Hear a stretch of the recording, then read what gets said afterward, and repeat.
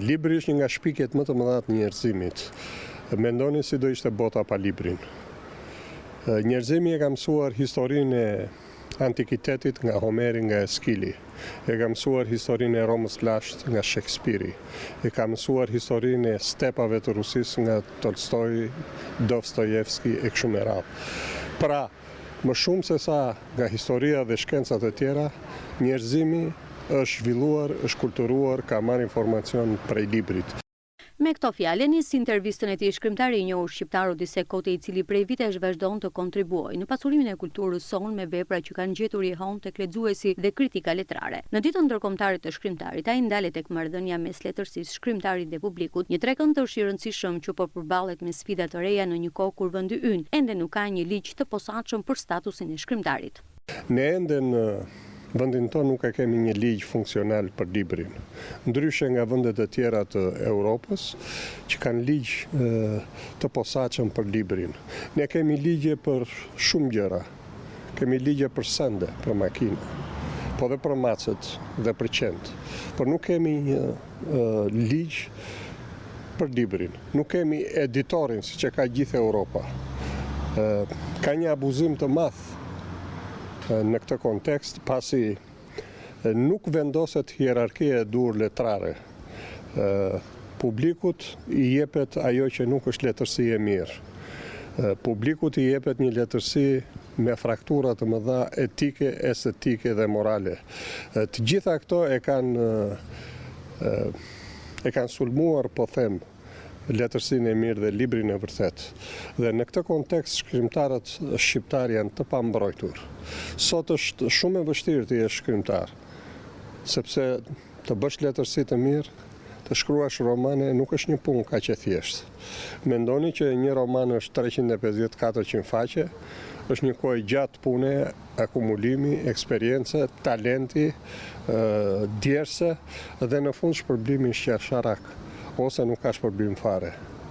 Pikërisht sepse mungon ligji i editorit, ligji i cili përcakton rregullat e tregut edhe për librin.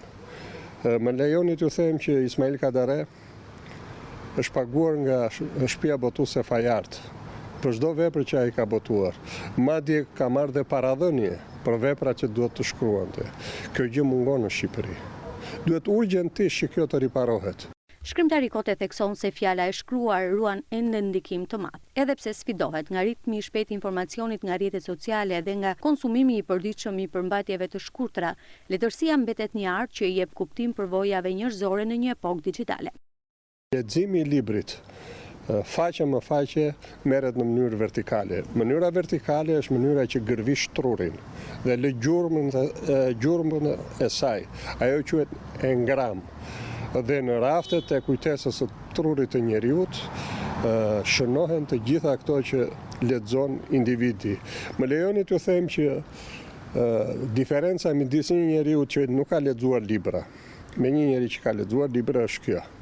Një njeri që nuk ka lexuar libra ka në kujtesën e tij 20-30 ngjarje të cilat i ka dëgjuar në shtëpi, në kafene, në lagje e kështu me radhë. Ai që ka lexuar libra ka 30-40 mijë ngjarje në kujtesën e vet. Dhe mendoni, ky që ka 30-40 mijë ngjarje orientohet shumë më lehtë, shumë më shpejt, shumë më mirë në të gjithë jetën dhe aktivitetin e tij. Qoftë shkencëtar, qoftë punëtor, qoftë fermer, qoftë industrialist e kështu me radhë. Kjo është diferenca midis librit dhe jo librit. Kote thot se detyra e shkrimtarit sot është t'i jap lexuesit vlerë dhe jo të gjithë mund ta bëjnë këtë, pasi letërsia është art, ligjësi dhe përmes një gjuhe të mirëfillt luan identitetin dhe forcën shprehëse. Nuk bëhet çdo kush shkrimtar. Të bëhesh shkrimtar është një barë shumë e rëndë. Të bëhesh shkrimtar është një punë shumë e rëndë. Është një punë që kërkon eksperiencë, kërkon njohuri, kërkon dituri, kërkon talent mbi të gjitha dhe është një punë e përditshme. Unë kam shkruar që në moshën 13-14 vjeç. Jam tani mbi 65 vjeç. Pra është një moshë gati 50 vjeçare që unë kam punuar dhe punoj ditë për ditë. Është pikërisht kjo punë vetmohuese që bën shkrimtari për t'ia dalë mban. Dhe ja del ose nuk ja del mban.